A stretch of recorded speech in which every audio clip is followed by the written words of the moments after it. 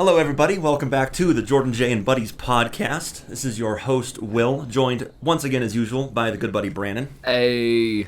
So, what we're talking about here, kind of a two-part thing. Jordan's doing his own video on why he is experiencing some MCU fatigue. I said video, it's a podcast. We are recording this right now prior to him releasing that, so I don't know what any of his points are, but me and Brandon are going to be kind of talking about...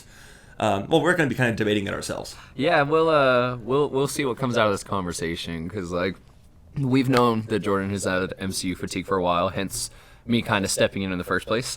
And obviously it's expanded a lot since then, but I've always kind of had a different viewpoint than most people, and even hearing the term MCU fatigue, so this is probably going to be part 2 of the 2-part. Hopefully Jordan's comes first, but yeah, we are going into this fully transparent. I have not heard his argument. I have not heard his points. And this is I'm not purely a specific... going off of the general population. Exactly. So this is not a specific, we're going to go crap on Jordan's ideals or anything. This is just us talking about, because we see this all over the place. Yeah, I'm attacking the argument and the viewpoints. I'm not attacking you if you have these viewpoints or anybody else that has these viewpoints, it's not an attack on the person. Yeah. It's an attack on the idea. So, because, to fully flesh out what this conversation is, you're taking the stance of... you think the idea of MCU fatigue is kind of bullcrap, right? Yeah, dude, I don't think it's a real thing. I don't think it's plausible. Meanwhile, we are both MCU fans, of course, because we keep talking. We've gone through all the Phase 4 stuff so far, so we both don't have MCU fatigue, but I will be kind of defending it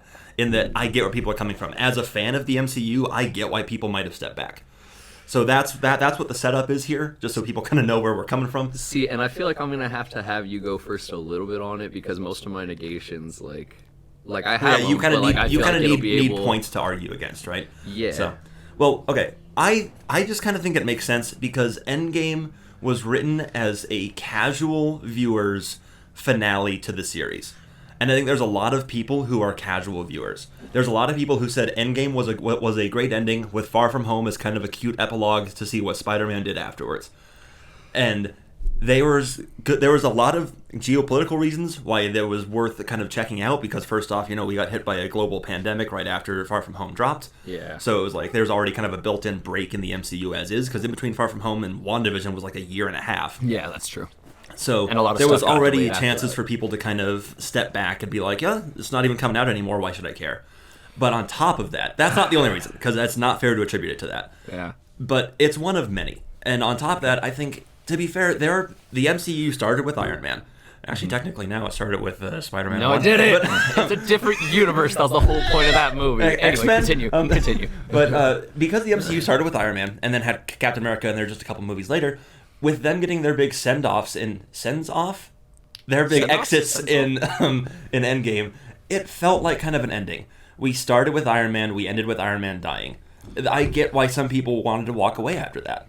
I mean, yes and no, because first thing I'll say is the casual viewer was just that. They were a casual viewer that hopped in on Avengers or afterwards. They weren't day one fans of I went and saw Iron Man in theaters. There are some people like that, but most people that are like that are still sticking it through the MCU now. Most of those people didn't check out, it was a lot of people, and I'll even admit, as an MCU fan as a kid, I didn't see Iron Man 1 in theaters. I saw Iron Man 2 in theaters with my cousin, but I saw Iron Man 1 in my uncle's house after it had just hit DVD. Yeah. So it's a lot of these people criticize, I don't think that I should really care so much now. It's not the same anymore. No, it is the same. Just because you aren't checked in until the Avengers meet up again doesn't give you fatigue. That just means you hop in and out, but that doesn't mean that you're tired of the thing. Because when I think fatigue, it means I'm done with this forever. So it's really? You're not excited to see the X-Men coming forward? Because even casual people have said this. You're not excited to see the X-Men? You're not excited to see Fantastic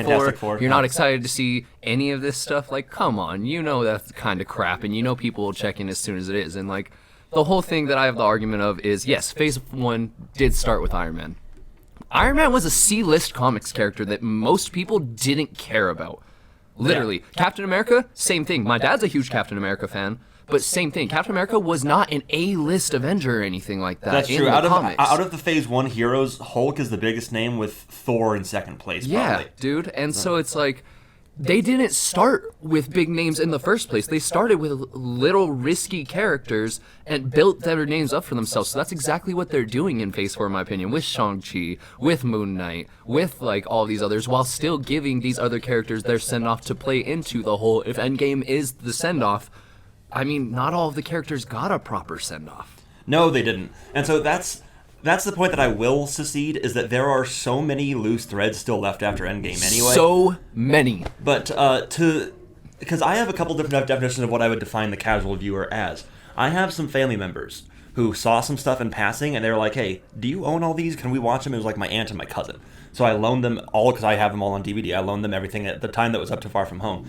And they watched all of them, and they were like, yeah, that was fun. I really liked it, but they're like, why'd they kill off the best characters in Endgame? So I was like... Fair enough. I get that, because you've never picked up a comic book in your life. And me neither, but I also am invested for other reasons. And again, it's on this podcast from a couple years ago. I did not think WandaVision or any of these Disney Plus shows were going to be good. Yeah. I got proven wrong. You made me watch WandaVision, and I didn't want to, and it was so good. Yeah, dude. So, and like that's the other thing about it too, is like I've heard complaints of like, oh, like it's so weird hearing, because some of the same people have both complaints of like, I don't want to watch anymore because it's all the same thing, versus, well, it's not the same as the beginning anymore that got me into it. So like, which is it? Is it all the same, or is it not the same at all? Yeah. Because it can't.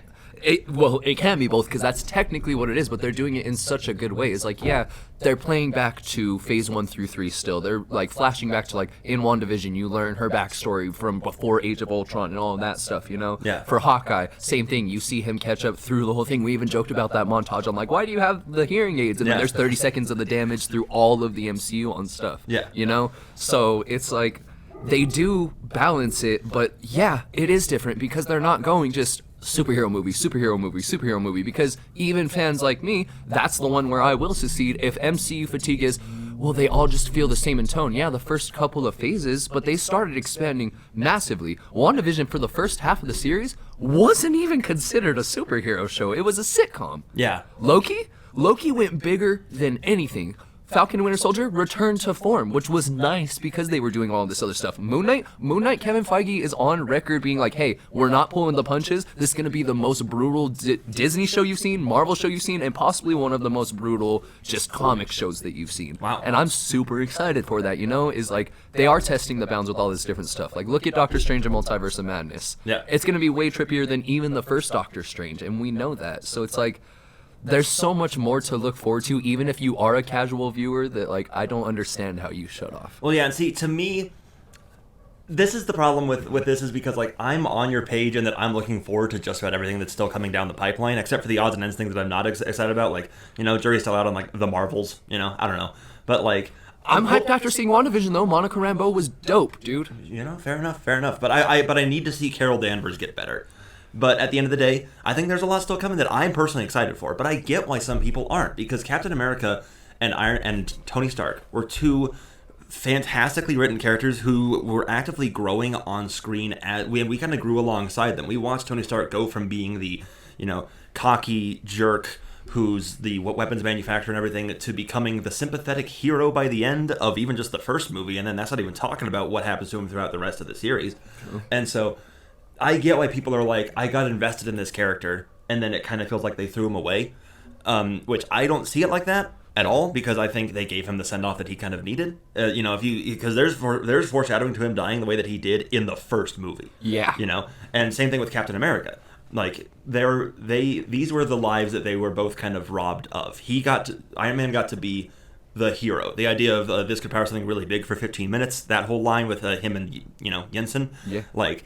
Yeah, so I think it was a poetic ending, but I get why some people are like, well, I just loved Robert Downey Jr.'s charisma. I loved Chris Evans being in the movies, and I hate that they aren't in them anymore.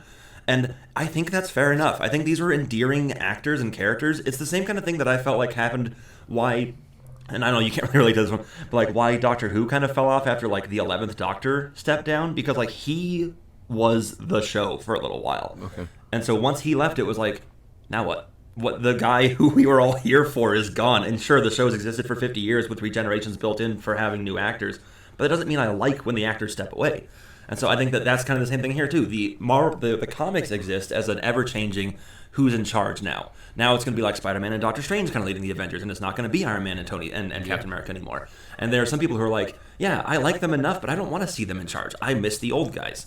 And I kind of get that. See, I feel like to an extent, yes, but like this is where it also ties in is some people's argument for MCU fatigue. Like you don't have fatigue, you're caught up in your nostalgia of your childhood. Like that's not the same thing. The properties aren't getting worse. You're stuck in a time loop because that's the same thing of like me and you agree, No Way Home was an awesome movie, but the reason why even now I still debate if it's the best Spider-Man movie compared to Raimi's 2 or even Far From Home, in my opinion, which we've had that conversation before, is because of the fact of it did everything really well.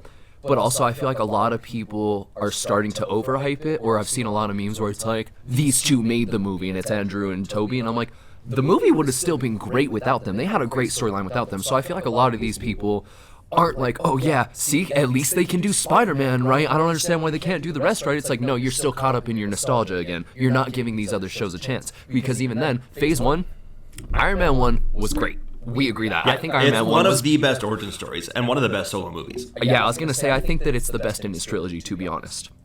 I think Iron Probably Man true. 1 is Probably probably true. the best one. Like, Obadiah Stane is a little bit of a weak villain, but, like, all three of them have kind of weak villains. So when you look besides that, and all three movies are good. Like, even Iron Man 3, I give a little bit of flack, but it's still a good movie, you know? I still enjoy it, especially around Christmas time, because it is a Christmas movie. Yes, it is. But my point on that is Captain America 1, it's all right, but it was kind of weak, especially for like going to Red Skull right away, his most pivotal villain. Like, okay, I get it, but kind of weak. The Incredible Hulk, you know my views on that. We debate that all day. The best movie of Phase 1. It's horrible. But either way, you know the general consensus on Incredible Hulk. Thor, I like Thor. We have the opposite there, where I really like Thor 1. And I think it's a pretty weak start. Yeah, you think it's weak. And point being, though, is all the way until the Avengers, besides Iron Man, people didn't like these characters until their sequels. Didn't like them until Phase 2. Didn't like them until Winter Soldier. Didn't like them until Civil War. Didn't like them until they saw them in team movies like Avengers: Age of Ultron or just other stuff. And like, I agree. Phase 1 is like the definition of the sum is better than the individual parts. Yeah, so because they almost didn't work on their own, and then Avengers made them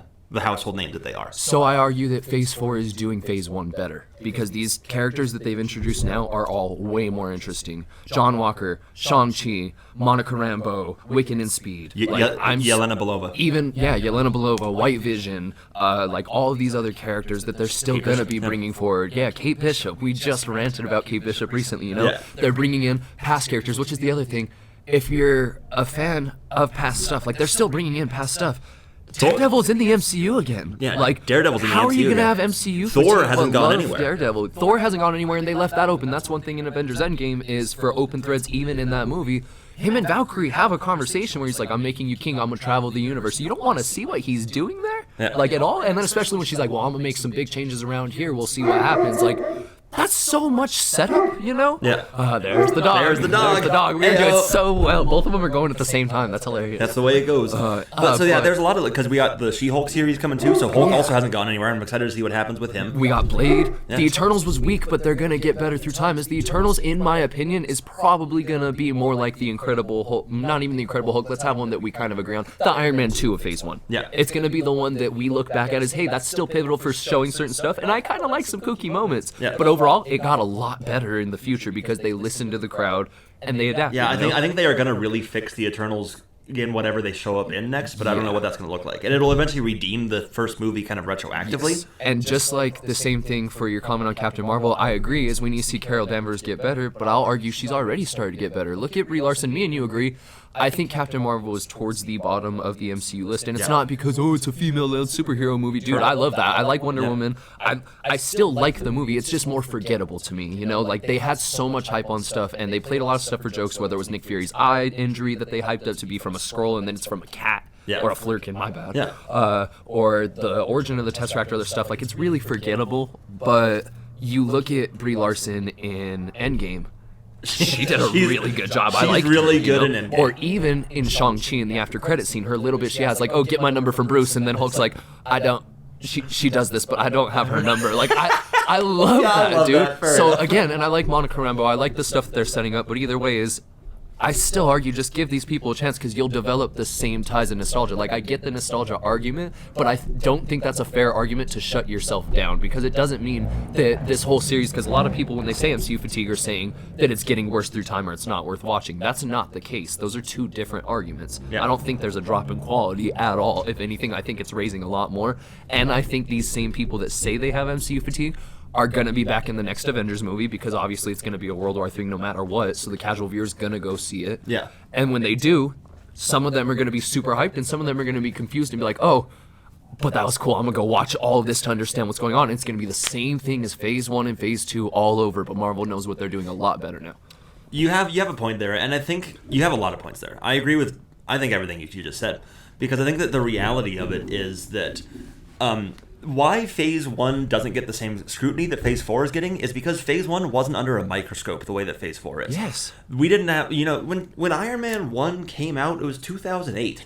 Incredible Hulk was also 2008. They were expected to fail. Thor was 2000, Thor and Iron Man 2 were 2010, and Captain America was 2011. Yes. Like, that's so early. Like, social media existed, but it was not in the same level at all. Nowadays, you drop a 30-second teaser during the Super Bowl, and people are going to put out a 10-minute... We already watched the Doctor Strange thing. No, they're going to put out a 10-minute trailer analyzing the 30 seconds of footage that we got from something. And believe me, I enjoy that. You enjoy that. I know that you avidly enjoy that stuff. I love it. But at the end of the day, these things were not under this level of scrutiny because they just weren't there yet. When Iron Man dropped, people were like, oh, crap. A Marvel movie? Yeah. What was the last one of those? Spider-Man 3 a year ago? Like, that's Ghost Rider, maybe? Like, that's what X-Men? that's what that's what the landscape was. Yeah, dude. And so Marvel's gotten so big for their own britches that now, because they're so big and so worldwide loved and everything, they are now also, every time that they drop a movie that's, I don't think Eternals is really that bad, but because it got so much hate, it's come off as the worst movie that they've ever made. Go back and watch Thor 2. Are you people missing something? I don't like Eternals that much either, but I don't think it's the worst one out of it. But it dropped in the height of social media. It dropped in the middle of a pandemic. So what are people going to do but analyze it? True. So I think there's something to be said for that. And so that's why Phase 4 feels like Phase 1 in the sense that you're right.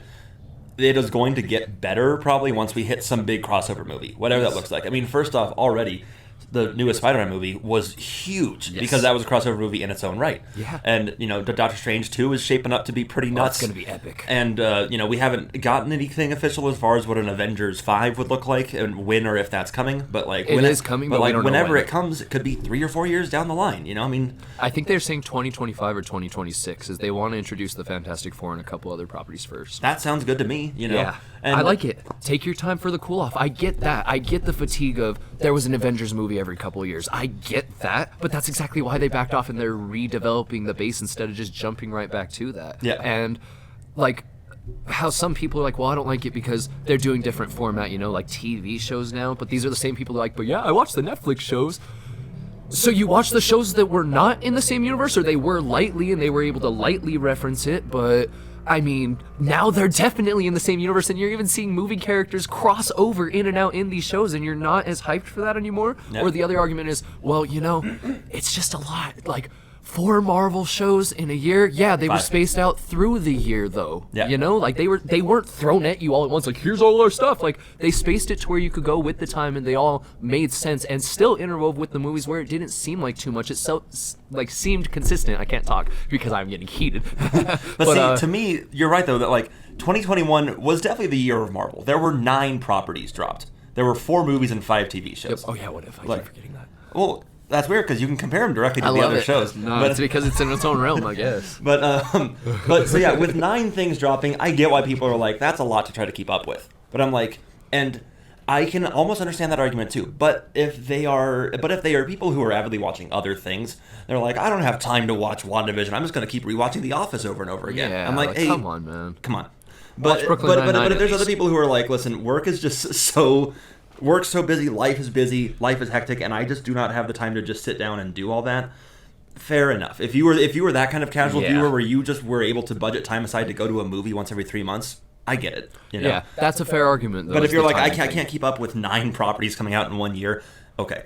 Well, yes and no, because here's my counter argument to that is how many properties does Sony drop a year? How many properties does Lionsgate drop a year? How many properties does all these other companies drop a year? Just because Marvel is a more prominent name in the game or throwing their label, does that disenfranchise them from all these other movie companies that behind the scenes still put their names at the beginning of the studio or at the beginning of the movie, their studio logos there and everything? They still spend the 30 seconds to a minute of intro logo before anything. Like, I don't get why there's a bashing there. Like, just because Marvel got so hyped because they put out good properties, and now whenever someone sees Marvel, it's like, I'm tired of that. Like, okay, as you go to see the Uncharted movie, like the 5th Sony movie of the year, like, what are you doing, you know? Like, right. I don't think that it's a fair argument just to, like, on face value, like, when you look into it, when you really look into everything, it just does not make sense. Because, again, Guardians of the Galaxy 3, yeah, like that was set up since Guardians 2 in 2015, 2016. Like, nobody cared about that anymore. Like, yeah, we care hard about that stuff, you know? Like, there's still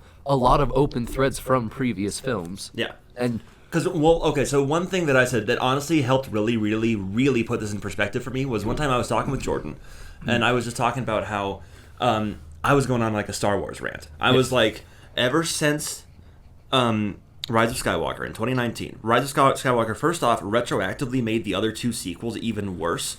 On top of, there's other incredibly good Star Wars properties out right now. The Mandalorian Seasons 1 and 2, The Bad Batch, Book of Boba Fett. The Book of Boba Fett. And these are things that I have heard universal praise on, and I just can't get into them. Dude, even I watched The Mandalorian, and I don't like Star Wars. And I was like, what is this? And I was talking to him about this, and I was like, I watched that last season of Clone Wars, and that came out like 2 years ago. But besides that, I have just not been able to get into Star Wars at all. I was like, it's like Rise of Skywalker just like shot itself. And it was like, I do not care about what happens with any of these characters anymore. I'm not invested in this universe. And Jordan paused and looked at me. He was like, that's me with Marvel. He was like, I think that it's just too overblown, too much happening at once, and I just don't think I like the direction that they're going with it anymore.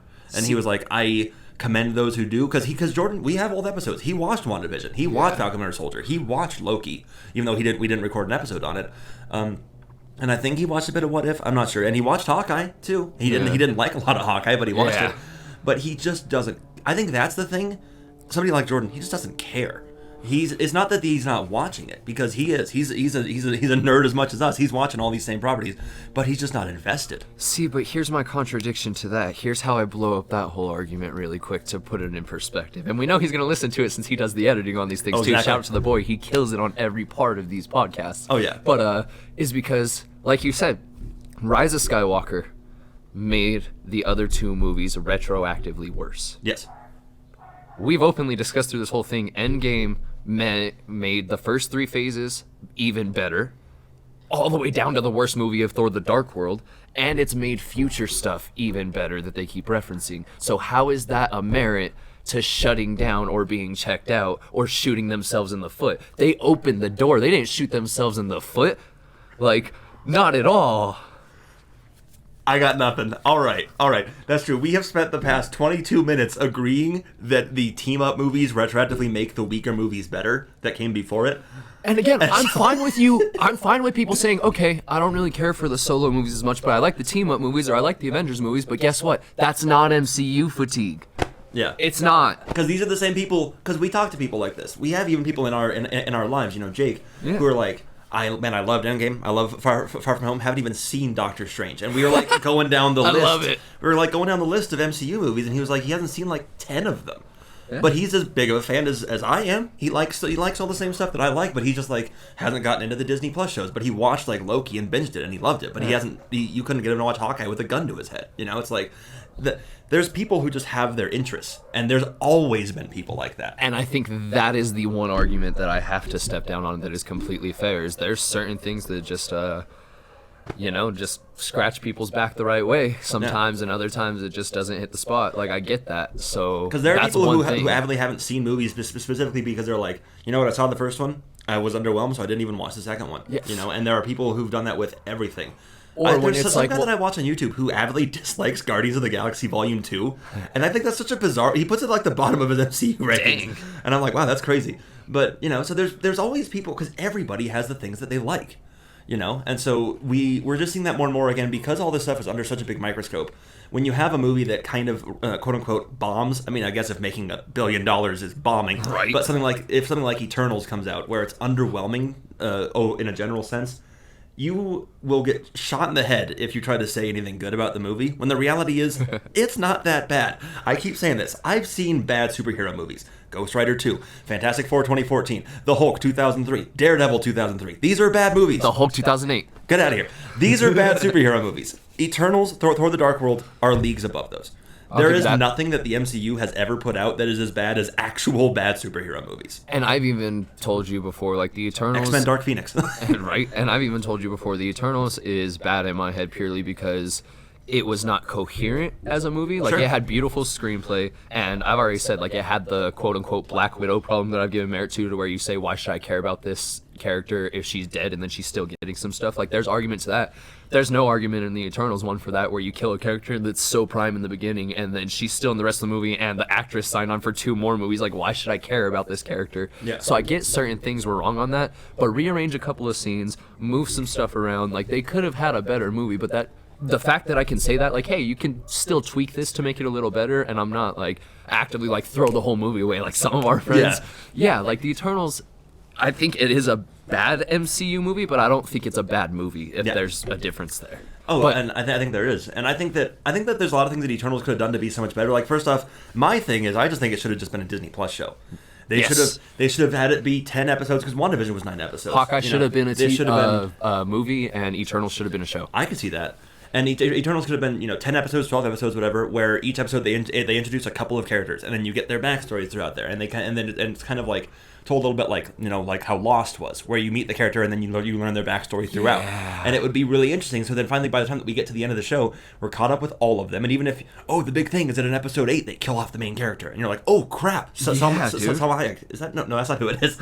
Is that who it is? It was Salma Hayek. You were right. It's like, oh, wow, she's dead. And see, that would have been so much better than the way that they did it in the movie. Or even like they did in Loki, how they hyped up the Timekeepers and killed them halfway through the series, but it's because they still set up for bigger stuff. Yeah, you could kill Salma Hayek, but give us more Celestials at least. Because you think that, who's the big bad in here? And the Celestials are kind of like a mystery throughout the first half. And then all of a sudden, boom, she's talking to him. And it's like, and there was someone else that I was talking to who was like, what if Eternals was told as a Disney Plus show with each show being a different era chronologically? That would have been cool. That would have been cool too. We start with one of them at the creation of the Earth, and then we kind of catch up to them, and eventually we get up to modern day, and of course in one of them eventually Salma Hayek dies. Why didn't they do that? So I think Eternals was Marvel, just a big, hire us. I keep saying that. Eternals was just a big swing and a miss, but they connected. They really just kind of bunted the ball and kind of jogged over to first. Yeah. Whereas you got things like No Way Home that are knocking them out of the park. Yeah. Well, it's also, I'll argue another point too, is like a big bash for the first 3 phases, because everyone at this point likes the first 3 phases for the most part. So when I say that I'm bringing these arguments, it's because a lot of the same arguments being levied at phase 4 and onwards now were levied in the first 3 phases, and they turned out great. Like, Marvel knows what they're doing, but they're doing it a lot better, and people just don't see it yet. Yeah, they're doing deeper cut comic characters, quote unquote, until you realize that, again, Guardians of the Galaxy weren't a big comic No one team had for a ever while. heard of them until they made that movie, and there are people who will call that their favorite MCU movie. Yeah, I knew of them from the Lego Marvel game. Sure. Literally, like, that made me pick up a comic book on them a little bit. The fact that Groot and Yondu are household names now is crazy. So it's like, when you look at it going forward, though, it's like, in phases 1 through 3, we had superhero guy, superhero guy, superhero guy, superhero girl, superhero guy, superhero guy, superhero guy, over and over, same kind of thing. And like, they're different to an extent. One has super strength, one has a suit of armor, all this other stuff, but people were still chalking it up to like, it feels the same. Dude, again, look at the start of phase 4. You have a sorceress that's a Nexus being, the only one in the multiverse, unless they change those rules in the MCU, but that's how it goes in the comics at least, and that's what they seem to be leading on. Yeah. You have multiple higher up beings, whether it be the Celestials, even though they're not really in it as much, or the Eternals and stuff like that. You have younger crew, finally, like more people around Spider-Man's age, Kate Bishop, Wiccan and Speed when they get brought back, like setting up like young Avengers on stuff. You have a way grander scale, like way more aliens and stuff like that, Captain Marvel's type of stuff, or even Loki with the multiverse stuff and King and everything like that. Then you have darker MCU properties when Daredevil comes back, Moon Knight with his multi-personality. Then you have comedic properties, She-Hulk, Deadpool. Deadpool. People are disregarding that Deadpool's coming back. How are you not going to care about the MCU and Deadpool's still coming back? Are you That's not true. hyped for that? But point being, look at all of these different spans of characters that are all going to meet up in Phase 4. And it's not just superhero anymore. It's like, yeah, they're all heroes, but like there's such contrasts now compared to trying to put a cookie cutter to it. Yeah. Okay. Yeah, you're right. And so, the problem with this, as I said, like right near the beginning, is that I'm on the same page. I'm seeing all That's of these why I was movies, shocked you wanted to debate and I'm it at watching first. I'm watching all the stuff as it comes out, or at least as fast as I can. You know, where I'm the one who managed to get those opening night IMAX No Way Home tickets. Yeah, It was we were me. fighting for it. We were fighting for it. I had the Fandango app open in 3 different places at once. Like, My phone crashed. I'm invested in this stuff so heavily. And I'll admit, I wasn't, but WandaVision blew me away. Yeah. And Falcon Winter Soldier had to kind of win me over, and in retrospect, it wasn't that great, but I still enjoyed it a lot as a property. And it only wasn't great because, again, the pandemic. Like, I think it was good. Yeah. I don't think it was a bad TV show. No. I think it was kind of... I think Falcon and Winter Soldier was the Eternals of the Phase 4 shows. Mm-hmm. Meaning, it could have been better if they rearranged some stuff or gave a little more development, but I'll still take what I got. Yeah, absolutely. So there's a lot of merit to where they're going with it going forward, and I think that the biggest reason that this MCU fatigue stuff starts happening is because, like, first off, the past 2 years, time hasn't felt real. Oh, for real. We've been... Is it not still 2019? Like, I don't even, So because of that, we have my God, for nothing real. to do. A lot of people are just doing nothing with their time. They're working, they're tired, they're going back home, they're hating having to wear masks, they're hating whatever, so they're just looking for things to put up time on. So they're looking for, like, what can I dive into? I want to watch the Marvel stuff. I'll get caught up in these things. And wow, they're underwhelming. They aren't as good as they used to be. I'm like, yeah, a lot of these things were not that good initially. There's a lot of people. I mean, I personally am like an Ant-Man fan, but a lot of people call that like the most forgettable movie Yeah, I out really of Phase like 3. Ant-Man. And I'm like, no, that's Phase 2. Whatever. Well, Ant-Man was Phase 2, but that's another example of taking a character that wasn't that big. Yeah. And there's a lot of things like that. There's always been missteps in the MCU, but for every Thor: The Dark World, there's a Captain America: The Winter Soldier right afterwards. For every Eternals, there's a No Way Home right afterwards. Yep. For every Falcon and Winter Soldier, there's a Loki right afterwards. Yeah. For every Ant-Man and the Wasp or Captain Marvel, there's an Endgame right afterwards. Yeah. Like, this has always been the thing. Again, like we said, the first 5 movies of Phase 1 are generally, like, averaged out to be not that good. And then Avengers is insane.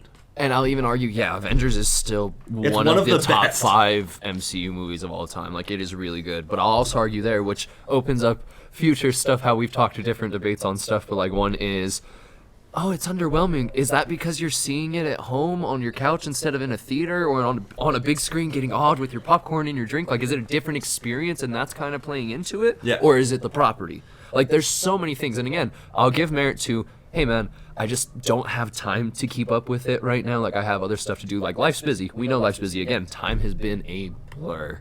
Yeah. It's crazy. Or you have people, again, like our other friend, where it's, I just have certain characters that I follow, and then other ones like, you know what, I play video games more than I just watch TV in general. That's a good argument. I'll give you that one, you know? But to say, I'm tired of it because they don't seem as good, or I'm tired of it because I don't like the direction they're going because it seems kind of close-minded, or I'm tired of it because it was really looped off well, or I'm tired of it because it's a Marvel property and there's too many Marvel properties, or all this. No, they're not plausible arguments, and I've put out for 32 minutes why they're not plausible arguments. And again, these are all against the arguments. I admire most of the people that have the opposite viewpoint than I do. Oh, yeah. And I'm not.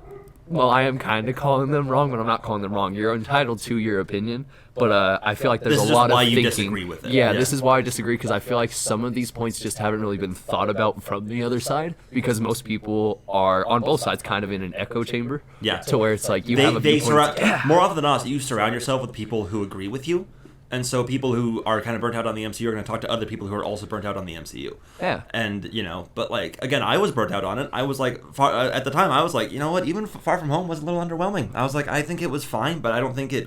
Especially it got. I think it got kind of handicapped by coming out right after Endgame. Yes. But then after multiple rewatches, I was like, I was wrong. I was looking at this the wrong way. You have to look at it in the bigger scale, but you also have to isolate it as like part of the trilogy that it exists in, and there's so much more to take into account. So, I was a little bit burned out on it, and WandaVision won me back over. And by the time I got to Loki, I was like, okay, I'm all in. Yeah, you know? and then on top of that too, But is Jordan, like, by the time he got to Loki, didn't care. That's when he stepped down from the podcast. Yeah. And I think that's really interesting. and it really just throws me off there because, like, is it more of just like, well, I don't care about Loki because he's been around for so longer because Loki's dead. Like, once you watch the show, it's not the same Loki, and it opens up so many more ideas. And that show is another example of just Marvel changing tone because, yeah, it references a lot of deep cut comic stuff. There's a whole episode of Loki meeting other Lokis from the comics. Frog, That's awesome. Thor? Yeah, but there's also really existential moments. Like, I always will reference that conversation with Mobius and Loki discussing why they believe what they believe, and it's just so great. That is the one of the best representations of a deep philosophical conversation as put through the medium of comic book stuff. Yeah, and I can't believe it. And I argue, like, well, okay, Marvel's been really jokey lately. Dude, if you look at Phase 4, they've balanced the jokes a lot better. Like, yeah, they still throw jokes in there, but they're not as heavy-handed or heavy-footed. And because of the rating system, another thing we'll discuss on another day, but because of the rating system kind of expanding or changing through societal norms and stuff, they've been able to get away with a lot more on making it darker, making it more humorous with adult jokes or dirty jokes, making even the spectacle bigger because they don't have to worry about little kids being afraid of explosions anymore because they can understand what's coming. There's been 20 movies showing this stuff because that was a legitimate fear at first. It's like, we can't have too many flashing lights in this scene or it might cause epilepsy. Like, yeah, so they've been able to escalate technology and escalate societal norms and escalate the rating system and just further vet both their audience of comic people like me, but also casual viewers. Marvel's not just, hey, screw our casual viewers after Endgame, this is all for comic people now. No. Yeah, they're going deeper into, like, comic people. Okay, buddy. Okay. I don't know if you guys can hear that motorcycle or not, but we sure can. Yeah, that guy is going hard. Sorry, still outside. At least not for much longer, but at least still the weather's better right now, though. It's way better right now. But, yeah, point being is, I don't know, because that guy threw off my train of thought! But what began here as a debate kind of devolved or evolved into me listening to Brandon's TED Talk, and I think that's fine. Because I also think I have agreed with everything you've said, but I also just am empathetic because, like, a few years ago, Star Wars was my favorite thing. Yes. It just was. I would have called it the best franchise above anything else. And this was during, like, the age of, like, Civil War coming out in the MCU and stuff. And I was like, I don't know, man, the MCU is pretty cool. Star Wars is better. I love Star Wars. I love what they're doing with it. I don't even like talking about it anymore. They have completely ruined it for me. And so I get when people, because it can happen. It happened to me. I was a Star Wars fanatic, and now I don't talk about it that much anymore. The last time I really went on a good Star Wars rant was, like, the episode that we recorded, like, 2 years ago, me and Jordan talking about it. So it's like, I get why enough bad properties can burn somebody out, and different people have different definitions of what a bad property is. To me, Black Widow was underwhelming and kind of inserted in the wrong place. We've talked it to death, and we've inserted. We've talked it to death about why that should have been better, and it was all behind the scenes stuff. And sure, but it's still a good movie. But at the end of the day, if there are people who are like, hey, you know what, that movie sucked, Falcon Winter Soldier sucked, Eternal sucked, I just think they weren't doing that good this year. If they kind of checked out because enough things didn't, scratch the itch that they had, I get that because Star Wars did that to me. Even though there are good things now, Mandalorian, Bad Batch, Book of Boba Fett. I've heard so much praise for these things, and I haven't even watched any of them. But here's the other argument on that again.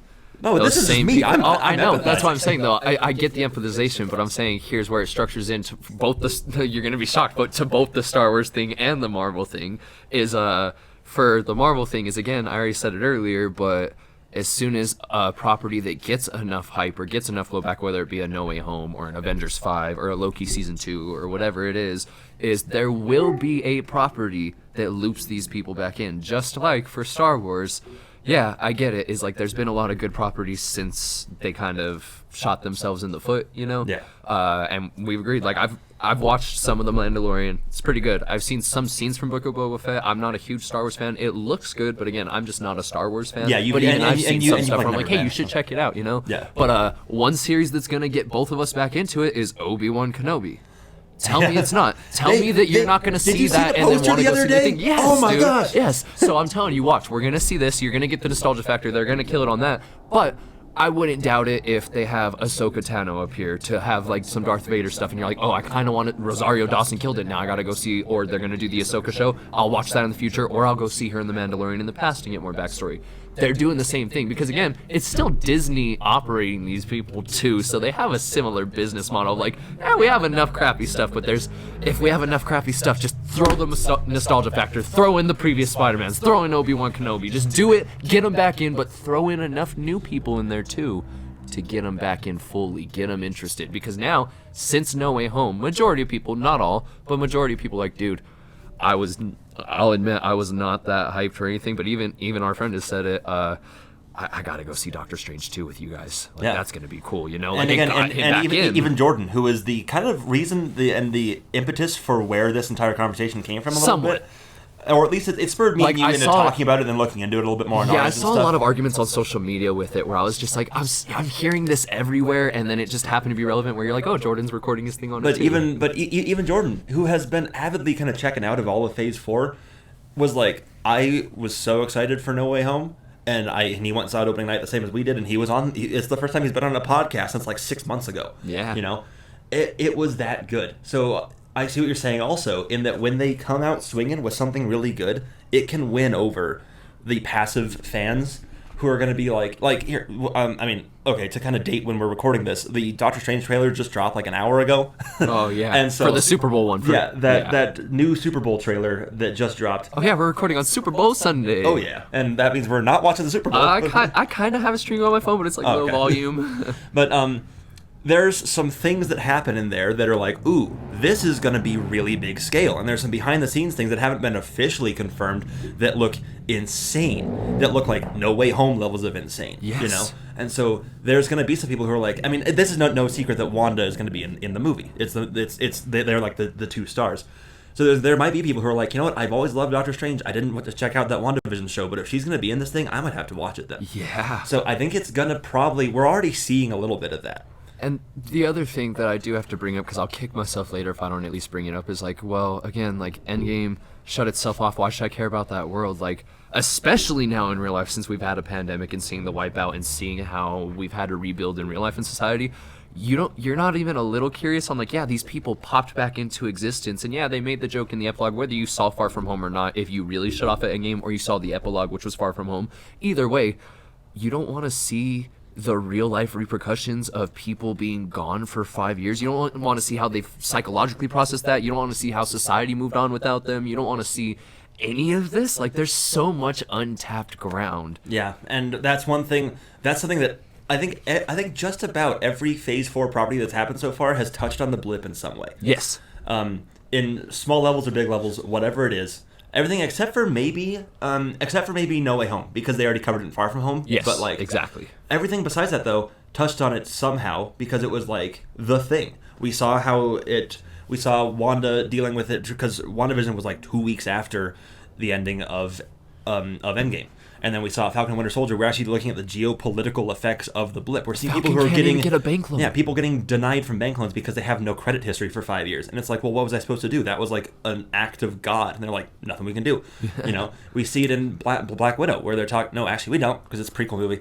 But you see it in the like post-credit scene with Yelena. Oh, true. But and so it's so interesting to see how all this stuff gets handled, like retroactively. We see that's what it is. We see Yelena with it in Hawkeye. And then, even for No Way Home, you do see it because the whole reason Strange doesn't want to do that spell at first and then reverts to doing it is because of the whole thing where Peter's like, it's not about me, it's about everyone else. Like, that reverts back to his conversation on his own stuff through Doctor Strange, but also like Iron Man's whole pivot of like changing from a selfish person to the whole thing, and Peter being Iron Man's little like steward or ward or whatever they made the joke was in Infinity War. What is he, your ward? Yeah.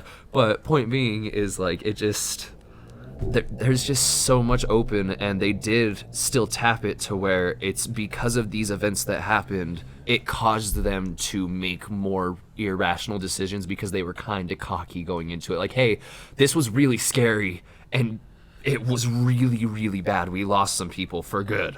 But at the same time, it's been 3-4 years. It's kind of gray there, but like 3-4 years approximately. The world's kind of tried to rebuild.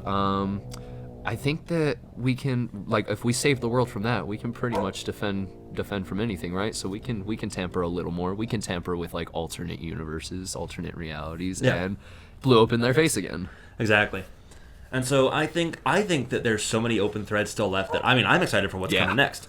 and as I know that you are too. But I think that to people who don't care, they're just not going to care. And if they retroactively care, then I'll be happy to welcome them back. Let's talk about it. Yeah, I'll be able real. to tell you how What If was so much better when I watched it week after week instead of you had to binge it a year later because you thought it wasn't important. Like I'll be able to be the guy who was like, I watched it when it was new. Like I don't know what to tell you. And even then though, it's still like that's just it. If people later on come back and like, oh, I was wrong, like this is awesome or whatever, I'm watching it, like, yeah, awesome, welcome back. Or I will throw a little like, I told you, dude, you should watch it sooner, but I'll never be like, nope, I'm not going to listen to you because you bashed for all this. Like, no, it's more of like a, hey, do you see the difference now? Do you understand? Like, it's just, I don't know. And again, some people, I get it. Some people just have different interests, or some people have real life stuff going on or whatever. But for people who are like, I was just interested in the beginning and I'm not really interested now, there are all of your arguments on why you should be interested. Yeah. And I kept most of them away from deep comic lore. I kept most of them on the comic level. because this episode, which is gone so already much hitting harder. about 45 minutes, could be double length if we wanted it to. You could go hard about why there's so many open threads that are still left. Moon Knight's 4 personalities. You're having Marvel cover a person with a legit psychological disorder. Yeah. I'm so hyped. And but anyways, yes. There's so much good coming down the pipeline that I think, there's never been a better time to jump back on because there's so much. Do it. There's so much. Do it. But if you just don't care and you're always kind of a casual viewer anyway, like somebody who didn't even watch everything that's come out so far, then whatever. But I think if you watched the first 23 properties and you were like, that's it, come on. Come on, man. Come on. If you...